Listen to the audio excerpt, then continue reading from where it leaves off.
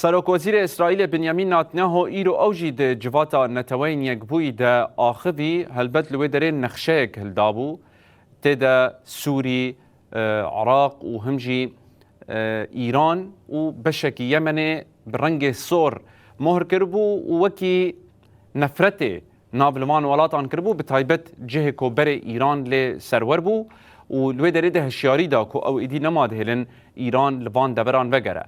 ناتنیاهۆ گوت کو در حق روشا سوریه ده کو اسرائیل سرجێکردنا درزیان یعنی قبول ناکه و لوی که تنه تماشا ناکه و به گوتنا ناتنیاهو وی فرماندا کو هیزن خو د نوا سوریه ده تخن تفگره.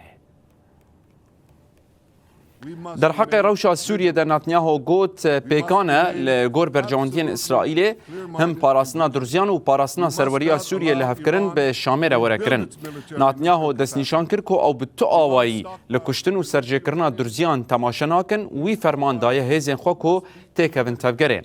اروکی پشتراس کرد که وان آلیکاری دایه هلوشینا رژیم الاسد و جنها شونده آشتیا به سوریه ندوره و دبکو پیمانک وره امضا کرن. Absolutely clear-minded and vigilant. We must not allow Iran to rebuild its military nuclear capacities.